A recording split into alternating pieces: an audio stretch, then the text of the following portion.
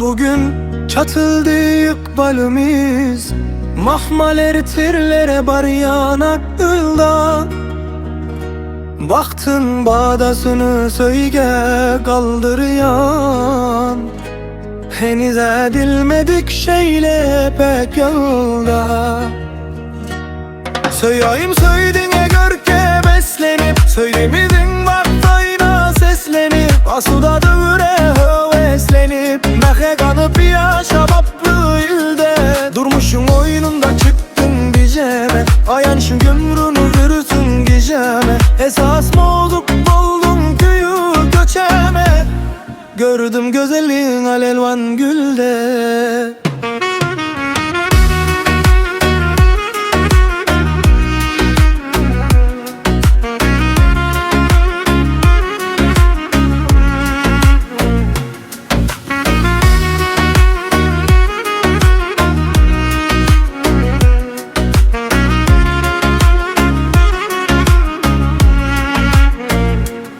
Mehrine çoyunup güy çalyar yürek, Söygümüze sayasın salyar derek. Umit şineleri göger yer gerek, hoş günlere alıp baryan hakkında.